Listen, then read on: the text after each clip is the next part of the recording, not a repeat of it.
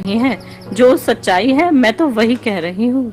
अच्छा, तो मैं एकादशी का व्रत करती हूँ, राम और कृष्ण का नाम जाप करती हूँ, जिन्होंने रावण और कंस जैसों को मार गिराया, तो क्यों ना आप भी उन्हीं का गुणगान किया करो।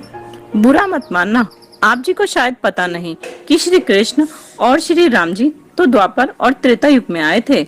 यदि उनके नाम जाप करने से मोक्ष प्राप्त होता तो उससे पहले जो सतयुग आया था उसमें भला किसका नाम जाप किया करते थे, क्योंकि उस समय तो श्री कृष्ण और श्री राम जी भी नहीं थे। हाँ बहन, ये तो आपने बिल्कुल ठीक कहा। ऐसा तो हमने कभी सोचा ही नहीं था। हाँ दीदी, तभी तो मैं आपको कहती हूँ कि शिव जी जिसका ध्यान लगाते हैं उसकी पूजा किया करो। ब्रह्मा, विष्णु, महेश और माता प्रकृति, इन चारों से ऊपर ज्योति निरंजन है, जिसे हम काल भी कहते हैं। आप सब इन्हीं की भक्ति साधना में लगे पड़े हो, जिसके कारण आप जन्म मरण के चक्र में ही फंसे रहेंगे और पार भी नहीं हो सकते। अच्छा, तो सुनीता दीदी फिर आप ही बताओ, हम किसकी भक्ति करें? क्या इनसे ऊपर भी कोई भगवान है? हाँ दीदी, इन पांचों से ऊपर भी एक भगवान है जो सही मायने में पूर्ण परमात्मा है।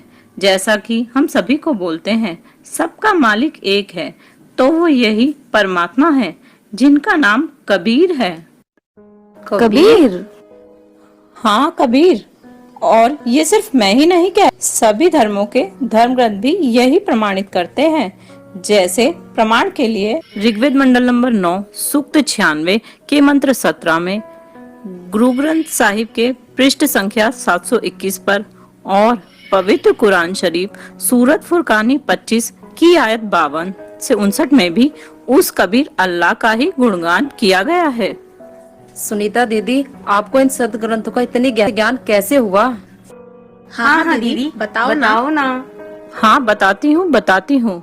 मैं भी पहले इन्हीं देवी देवताओं की पूजा किया करती थी। तीर्थों पर मैं और मेरे पति साथ जाते थे, सभी व्रत भी किया करती थी, लेकिन इतना करते करते भी मेरे घर में सुख शांति नाम की कोई चीज नहीं थी, जिसके कारण मैं अनेक धर्म गुरुओं के पास भी गई, मगर उनसे भी कोई लाभ न होता। तो वो यही कहते थे कि ये तो आपके प्रारब्ध के कर्म हैं, जो आपको भोगने ही पड़ेंगे। उसके बाद तो आपको पता ही है, मेरे पति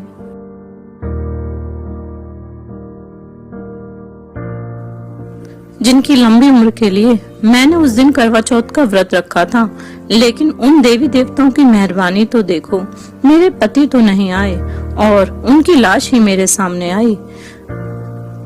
उसके बाद तो हम बस उजड़ते ही चले गए। मेरा तो भगवान पर से विश्वास ही उठ गया और मैं नास्तिक। एक दिन थक हार करके मैं ट्रेन के सामने आत्महत्या के लिए चली, लेकिन परमात्मा की दया से एक